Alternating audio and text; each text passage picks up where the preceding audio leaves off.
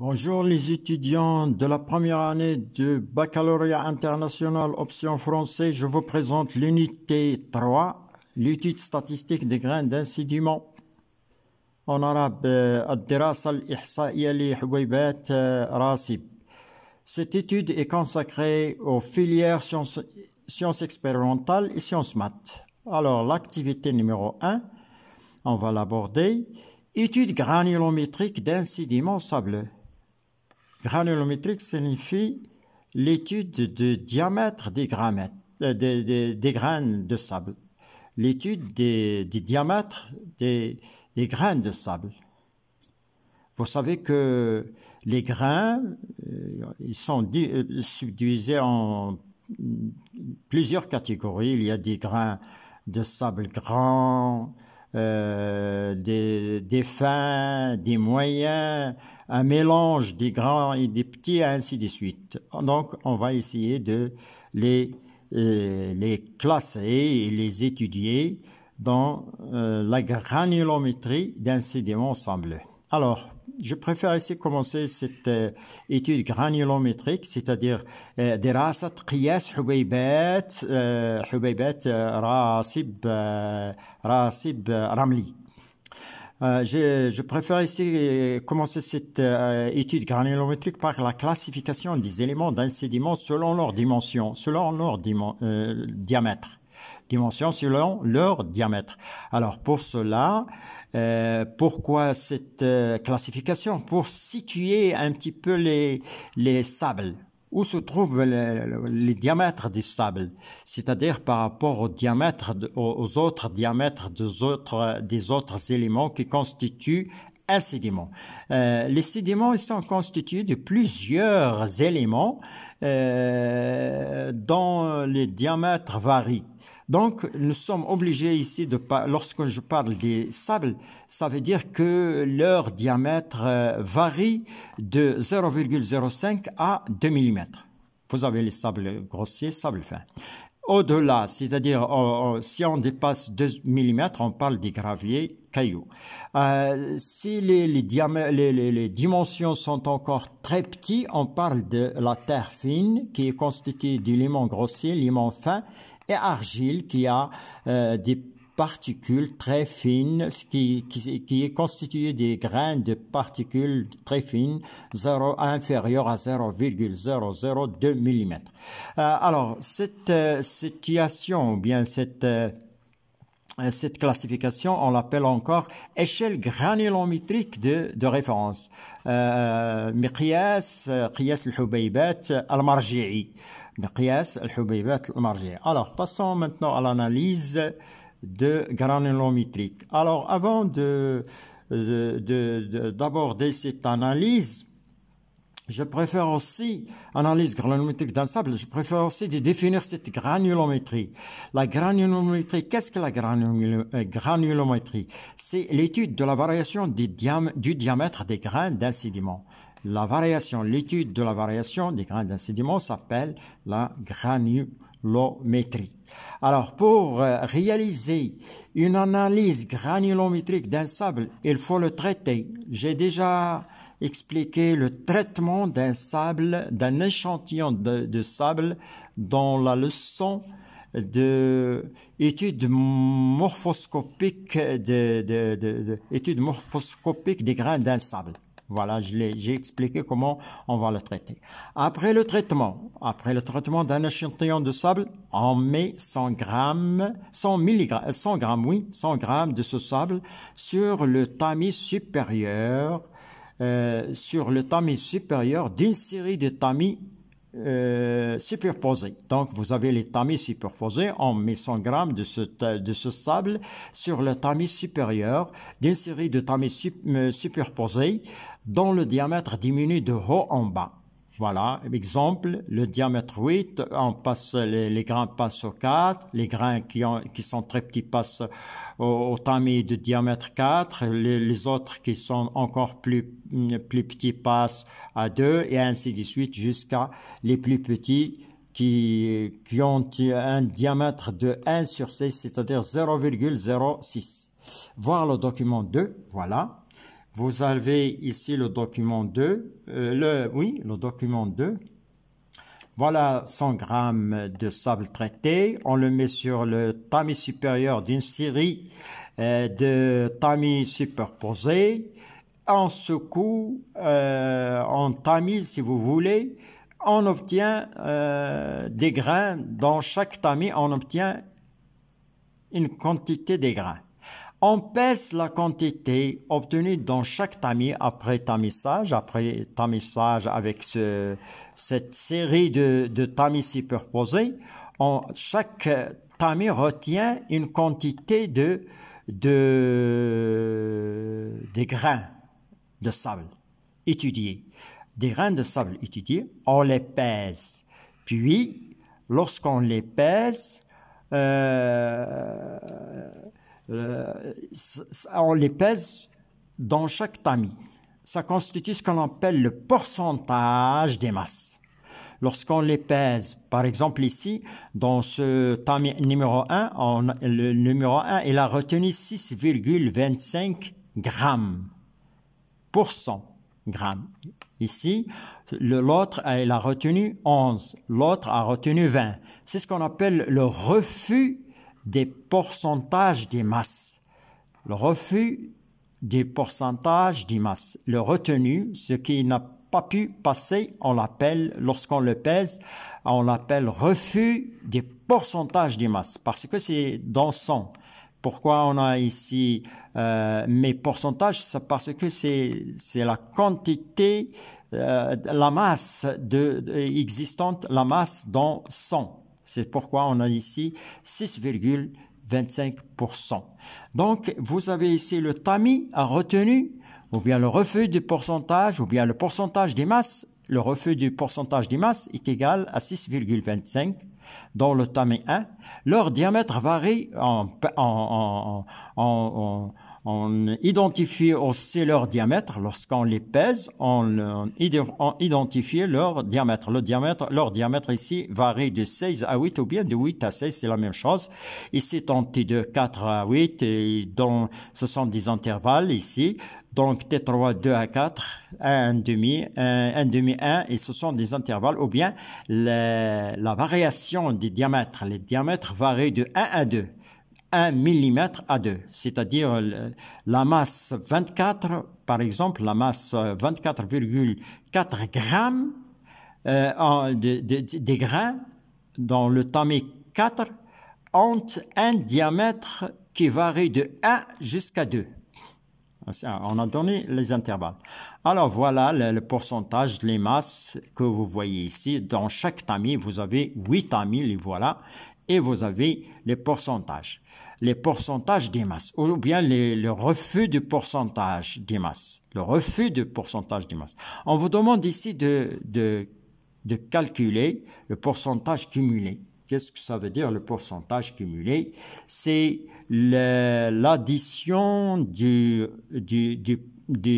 la masse du pourcentage des masses de tous les tamis. C'est-à-dire, on additionne 6,25 à 11,25. Le résultat obtenu, on lui ajoute 20. Le résultat obtenu, on lui ajoute 24 et ainsi de suite. C'est-à-dire, on additionne les refus, les pourcentages de masse, ou bien le refus du pourcentage des masses. Alors, complétez le tableau en calculant le refus cumulé. C'est ce qu'on appelle le refus cumulé, ou bien le refus, ou bien le pourcentage des masses cumulées. Le pourcentage des masses cumulées, pourcentage cumulé des masses, ou bien un refus cumulé. Dans le tableau, ici vous allez le mettre, voilà comment on va le mettre. Vous allez, je vais vous montrer comment calculer ce refus cumulé des masses. Voilà. Le refus cumulé de masse, comme je l'ai dit, j'ajoute le pourcentage des masses du T1 au T2, ou bien T2 au T1, et T3 à la somme obtenue. Voilà, on vous montre comment vous allez les calculer. Vous avez le tamis numéro 1. Il n'y a pas, avant lui, il n'y a pas de tamis. Donc 0, vous avez ici pourcentage 0. Donc 0 plus 6,25 qui est le pourcentage des masses, ou le pourcentage de la masse obtenu dans le T1. 0 plus 6,5, là voilà, 0 plus 6,5, ça vous donne 6,25 sur le pourcentage cumulé de T1. Le pourcentage cumulé de tamis numéro 2, 6,25 plus 11,25, ça donne 17,50. 17,50 plus 20, ça donne 37,50. 37 plus 24,4, ça soit 60,90. Plus 22, ça donne 83,90. Cette somme, plus 12,25, ça vous donne 96,15. Cette somme, vous lui ajoutez 2,5, ça vous donne 80, là voilà, 80, ça vous donne 80,75. Et cette somme, vous lui ajoutez 1,35, ça vous donne 100%. Si vous n'avez pas obtenu 100% ici, ça c'est faux. Parce qu'on a utilisé ici dans 100 grammes. L'analyse a été faite dans 100 grammes. Le tamissage a été fait dans 100 grammes de sable. Alors, tracez. On vous demande, après avoir complété le tableau, en calculant le pourcentage cumulé ou bien le pourcentage cumulé des refus, on passe à tracer la courbe. Tracer l'histogramme et la courbe de fréquence sur un papier millimétré des pourcentages. La courbe, ce sera une courbe des pourcentages des masses des grains de sable en fonction des diamètres. Donc, en fonction des diamètres, vous allez mettre les diamètres dans l'axe des abscisses et le pourcentage des masses dans l'axe des pourcentages des masses. Voilà, et vous utilisez les données diamètre des grains en millimètres, pourcentage des masses qui correspond à chaque tamis. Alors, pour ce faire, je vous montre le résultat que vous devez obtenir. Voilà. Voilà, vous avez ici la courbe. L'histogramme, tout d'abord, on va commencer par l'histogramme. Pour tracer la courbe, il faut tracer tout d'abord l'histogramme. Pour tracer l'histogramme, vous avez ici le diamètre des grains en millimètres. Vous avez utilisé échelle de 16 vers 8. Ici, la distance est égale à 1 cm, 2 cm, 3. Et vous placez vos intervalles 16, 8, 4, 2, 1. Les voilà. Vous ne recommencez pas 2, il est commun au tamis 1, au tamis 3 et au tamis 4. Au tamis, le 1, il est commun au tamis 4 et le 1, il est commun ici au tamis 4 et au tamis 5. Voilà, 4, 1, 2, 3, 4, il est commun, 1 est commun au 4 et au 5. Et ainsi de suite jusqu'à 1 sur 16. Alors, pour tracer l'histogramme, vous avez 16, 8. Vous faites monter votre droite de 16 jusqu'à 6,5. L'autre droite de 8, parce que vous avez un 8 ici, 8 jusqu'à 6,5. Vous fermez votre rectangle. Et ainsi de suite. Vous procédez comme avant. Vous soulevez de 8 pour le tamis 2, 8 jusqu'à 11,25. 11,25, 4, 11,25, vous fermez et votre rectangle et ainsi de suite. 4, 2, vous avez ici 4, 2, 24. 4, 2, ça sera 24 ici. Ben voilà, vous fermez votre... oui, 4, 2, comme je l'ai ici, 20. 4, 2, pardon, 4, 2, c'est 20. Voilà, 4, 2, 20. Fermez votre rectangle. 2, 1. Voilà, 2, 1, 24. 2, 1, vous soulevez les deux, vous fermez à 24. Un demi, 22. Un demi, on descend maintenant, un demi, 22. Voilà, 22. Un demi, un quart. Un demi, un quart. Vous soulevez jusqu'à 12,25. Voilà, 12,25. Vous fermez. Finalement, vous avez avant la finale, un quart, un huitième, un quart, un huitième, vous soulevez jusqu'à 2,5. 2,5. Finalement, un huitième, un seizième, un 35, la voilà. Après avoir fini les rectangles, au milieu de chaque rectangle, vous posez un point. Un point, un point, un point. Au milieu de chaque rectangle, vous posez un point ici, point ici. Vous faites votre courbe de fréquence en reliant, commençant ici, en reliant les points que vous avez placés au milieu des rectangles et vous obtenez la courbe de fréquence. Alors, question posée sur la courbe de fréquence. On vous demande d'écrivez la courbe de fréquence. Vous allez dire dans cette courbe de fréquence, comme je l'ai dit, décrivez la courbe de fréquence obtenue et dégagez l'homogénéité du sable. Voilà, je mets votre courbe de fréquence, la voilà. Cette courbe, vous allez dire que c'est une courbe unimodale. Comment? Parce qu'elle présente un seul sommet. Si la courbe présente deux sommets, on va dire que les courbes bimodale. Puis, puisque la courbe était unimodale, donc le sable étudié est homogène. Voilà. La courbe de fréquence est unimodale, on déduit que le sable est homogène. Ici, j'ai ajouté une annonce ou bien une petite remarque. La courbe s'étale sur des intervalles de diamètre de 16 à 0,06 mm. Voilà, la courbe, elle occupe cet espace, ces intervalles de diamètre. La courbe varie de 16 à 1 sur 16, c'est-à-dire à 0,6 mm. Vous pouvez l'ajouter, les intervalles aussi sont très importants. Parce que d'après ces intervalles, je peux conclure que ce sable renferme des grands grains de diamètre varient de 16 à 8, 16 mm. Vous voyez 16 mm, c'est 10 plus 16 mm dans votre règle. 5 mm est égal à un demi.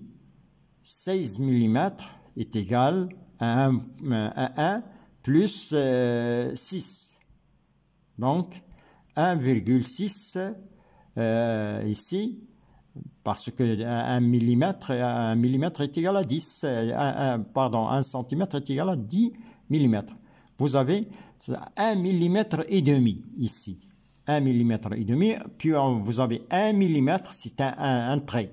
Donc, plus fin. Donc, vous aurez des plus fins. Bien. Alors, quatrième question, on vous demande de tracer,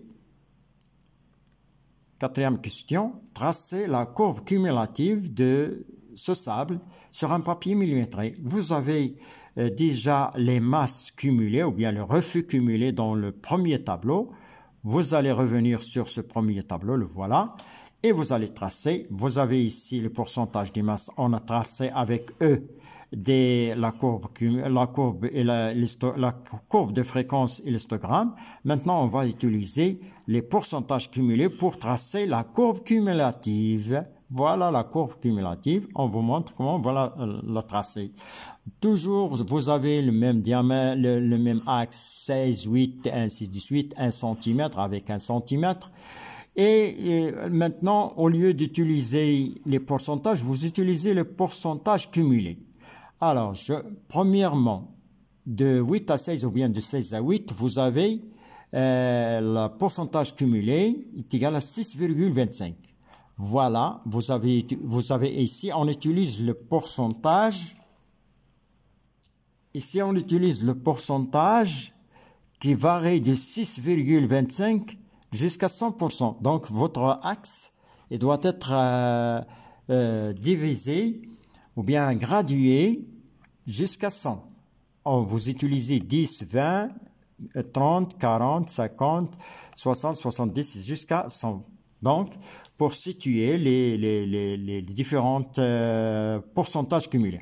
Alors, pour 16,8, vous avez le pourcentage cumulé est égal à 6,25. Donc, vous soulevez de 16 jusqu'à 6,25. 8, vous soulevez un trait et vous fermez votre rectangle.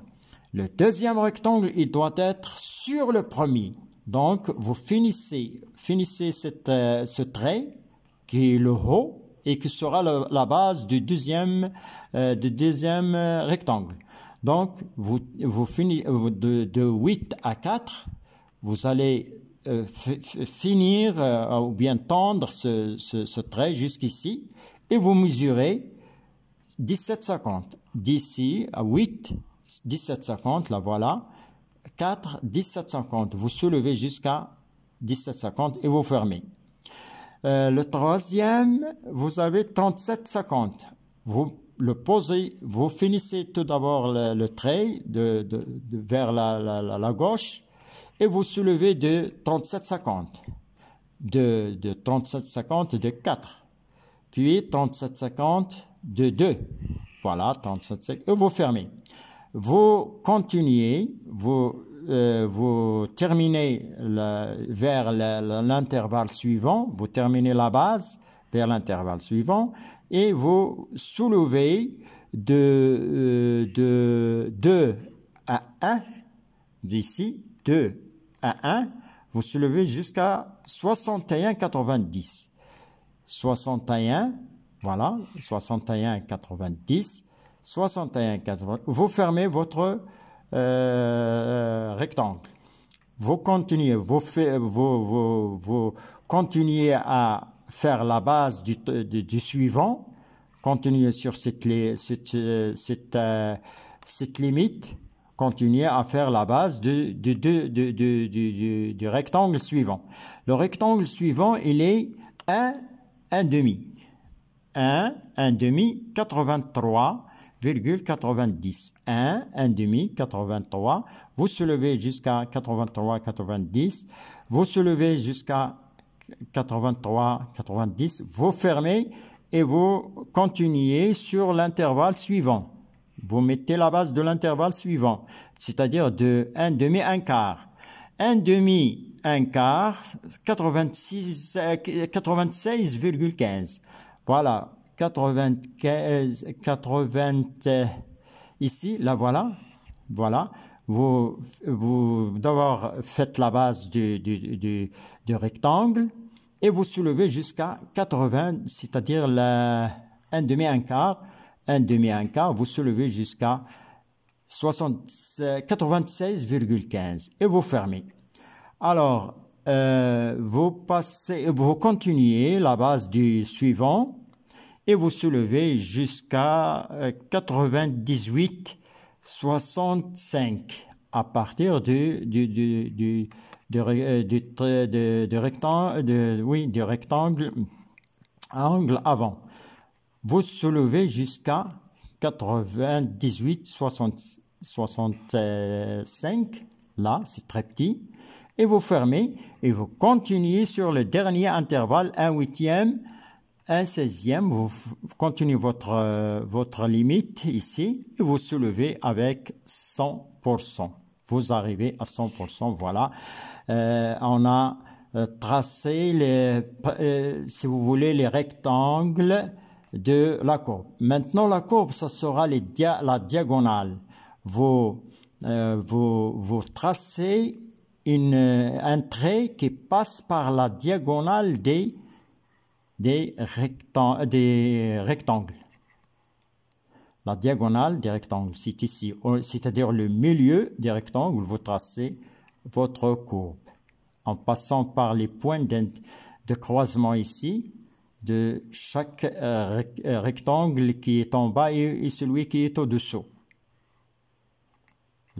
Pardon. Alors, vous aurez ici courbe cumulative. Vous aurez, voilà, en rouge, la courbe cumulative. Alors, les questions qui seront posées toujours sur cette courbe cumulative, ils sont bien connues. On vous demande d'écrire la courbe.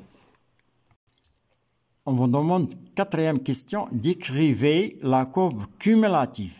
Cette courbe qui était déjà vue, voilà, je la présente ici, courbe cumulative.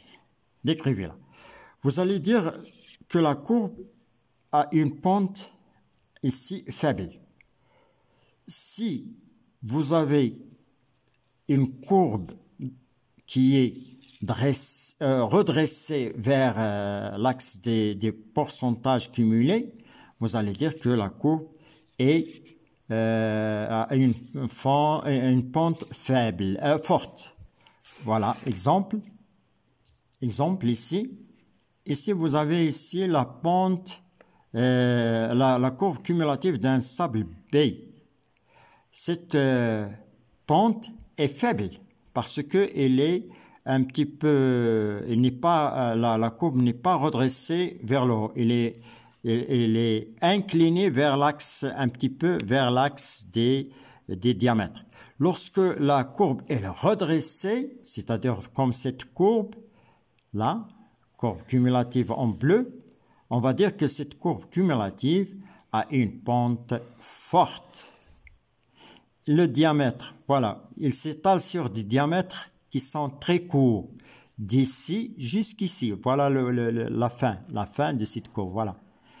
De temps en temps, lorsque la courbe sera redressée vers l'axe l'autre, les intervalles des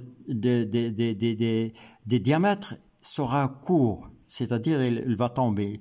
Il sera comme un S. Ici, lorsqu'il sera comme un S, le début et la fin, il est très court. Ici, lorsque la pente est faible, il va s'étendre sur beaucoup de diamètres. Il occupe beaucoup de diamètres. Pente forte. Voilà. Alors, décrivez, vous allez dire la courbe cumulative a une pente faible, a des intervalles de diamètre large. Les intervalles de diamètre large qui varient de 16 mm à 0,06. Cinquième question.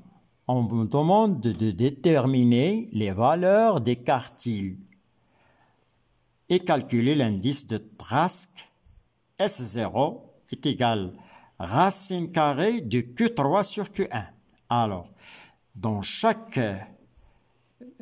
courbe cumulative, vous devez savoir comment on calcule les quartiles.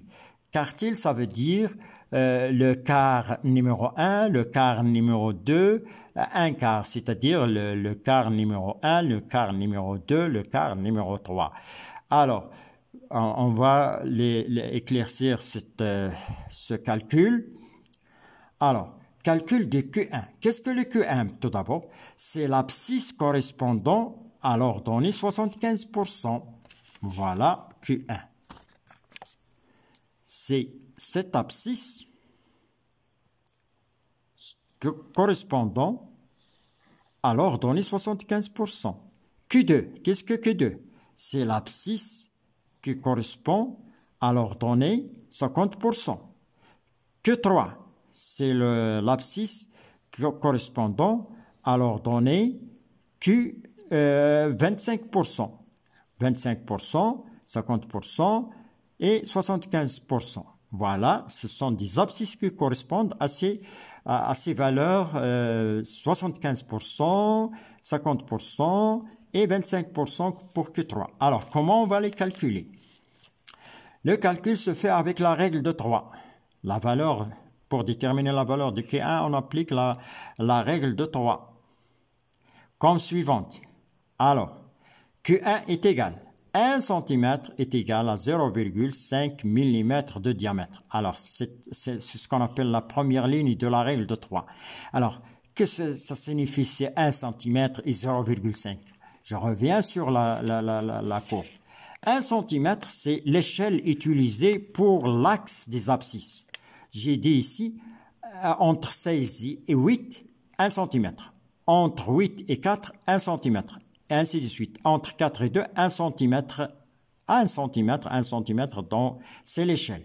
1 cm est égal à espace entre 4 et 8 et 2, espace entre millimètres, en millimètres, et en diamètre, est égal à la valeur du diamètre entre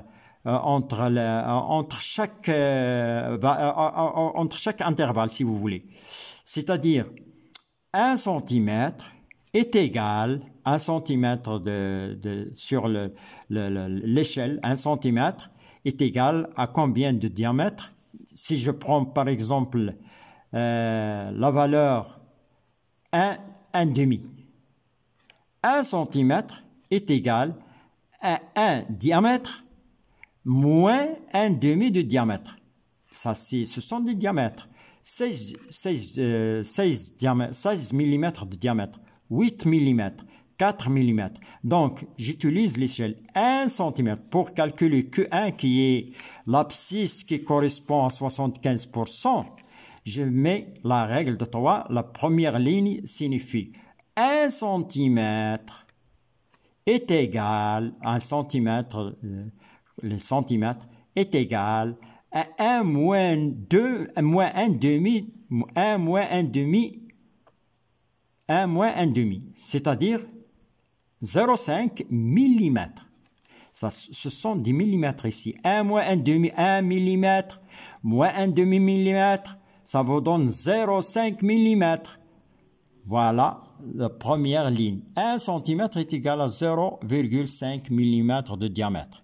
Maintenant, je voulais savoir la position de ce point par rapport à 1 et par rapport à 1 demi-millimètre.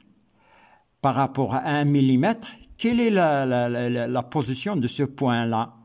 Alors, pour connaître cette position, vous devez mesurer avec votre règle la distance qui sépare la position du point que nous voulons calculer avec le 1, ou bien la position de ce point avec le 1,5. Mais je préfère commencer de 1. 1 jusqu'à ce point, ça vous donne 5 mm. Ça représente 5 mm. Alors, ce 5 mm, je le convertis en centimètres. Je dis 5 mm est égal à 0,5 cm. Donc, d'ici, de 1 jusqu'à la position est égal à 0,5 cm. Quelle est sa valeur en diamètre? C'est ce que je dois chercher. Voilà, 0,5 cm. C'est moi qui l'avais mesuré avec ma règle. C'est 5 millimètres converti. Je l'ai converti en centimètres. Ça sera 0,5 cm. À quel diamètre correspond cette mesure? À quel diamètre? X millimètres de diamètre. Vous faites la règle de 3. Ça vous donne 0,25 mm. Que représente ce 0, c'est la distance, c'est cette distance. Cette distance, c'est de 1 jusqu'à la position, la projection de la position de point d'intersection sur le point d'intersection de l'ordonnée 75 sur l'axe des abscisses. Donc, cette valeur, je dois l'ajouter, la retrancher de 1. Cette valeur trouvée, je dois la retrancher de 1 ou bien l'ajouter à 1,5. C'est-à-dire, pour trouver la position de ce point, je dois ajouter la valeur, je dois retrancher la valeur de 1 ou bien l'ajouter à 1,5 parce que c'est la moitié. Voilà. Alors, voilà Q1. Donc, cette valeur, on la retranche de Cette valeur, on la retranche de 1 ou bien on l'ajoute à 1,5. Car, pourquoi? Car ici, vous avez que 1 est situé entre 1,5 et il est à la moitié. À la moitié, parce que ici, vous avez 0,5 cm. C'est la moitié de 1 cm. C'est la moitié de 1 cm ici. Alors, voilà, vous allez trouver 0,25, soit vous la retranchez de 1 ou bien vous l'ajoutez à 1,5, vous trouvez que c'est 0,75. Voilà, vous mettez que 1 est égal à 0,75. Pour le Q2, même chose. Vous allez mettre 1 cm, ici, 1 cm, d'ici, de 2 à 1 cm est égal 2 moins 1. 2 moins 1, ça fait 1. Alors, voilà, on a changé ici. Au lieu de mettre 0,5, on va mettre 1. Le voilà. D'où vient ce 1? C'est 2 moins 1. Parce que la projection, elle est située entre 1 et 2 et 1. Voilà. La projection ici, ce point-là projeté provenant de 50%, d'ordonnée 50%, cette projection, elle est située entre 2 et 1. Donc, vous mettez 1 cm est égal à 2 moins 1 millimètre. Voilà. La première ligne. 1 cm est égal à 1 millimètre de diamètre. Maintenant, la distance, ici, la même chose, le milieu. Vous avez le milieu ici. Donc, vous avez de 2 jusqu'à la pointe. Vous avez 5 mm, c'est-à-dire 0,5. Voilà, 0,5, là, voilà, centimètres, x millimètres. Vous savez que x est égal à 0,5 mm de diamètre. Ici, c'est diamètre. Le diamètre, hein, le voilà, x de diamètre. Cette valeur, même chose, on la retranche de 2 ou bien on l'ajoute à 1. Parce que c'est le milieu. Cette valeur, on l'ajoute à 1 ou bien, on la ajoute à 1, on la retranche de 2. L'extrémité gauche. 2 est situé à gauche. 1 est situé à droite. Donc, Q2 est égal à 2 moins 0,5 est égal à 1,5 ou bien 1 mm plus 0,5 est égal à 1,5 et vous la mettez, Q1 est égal à 1,5. Là, voilà. On passe à l'autre. L'autre, c'est le même travail.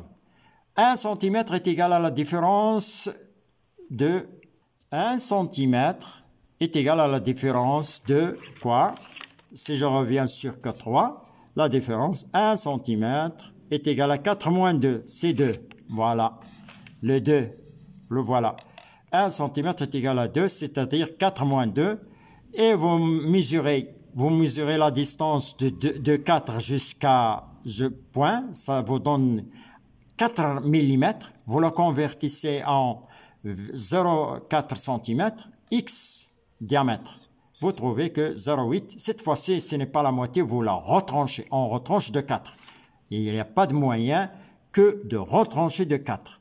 On ne doit pas la retrancher ou bien l'ajouter. Non, parce qu'on l'avait calculé à partir de 4. Donc, cette valeur de 0,20, on la retranche de 4. Parce qu'elle a été calculée à partir de 4, jusqu'à cette position. Donc, retranché, vous trouvez 3,2 mm de diamètre. Donc, Q3 est égal à 3,2. Calcul de la valeur de Trask, c'est simple. Vous utilisez votre calculatrice. Vous mettez Q1. On l'avait calculé, c'est racine de 0,75 sur Q2, sur Q3, 3,2, le voilà, tout près de nous, est égal à 0,483. Cette valeur de 0,483 est située dans l'échelle. On revient sur l'échelle de classement. Vous avez un échelle de classement pour classer ce sable. Ce sable est situé, cette valeur est située dans l'échelle de classement des sables inférieure. Elle est inférieure à 0,483 inférieur à 1,23, oui. Donc, très bien classé. Le sable est très bien classé. C'est un sable très bien classé. Bien. En dernière question, déduire la nature et origine des sables étudiés. Pour déduire ça, il faut citer toutes les caractéristiques de ce sable. Alors, le sable étudié a une courbe de fréquence unimodale. Le sable est homogène. Des intervalles de diamètre large, qui varient de 16 à 0,06 mm. 50% des grains ont un diamètre de 1,5. C'est la médiane, c'est Q2. C'est Q2 ici, Q2, dans la médiane. Donc, ce sable a des grains moyens de diamètre. Courbe cumulative à une pente faible. Sable très bien classé. Tout sable présentant ces caractéristiques, c'est un sable d'origine fluviatile. Et merci d'avoir suivi cette vidéo.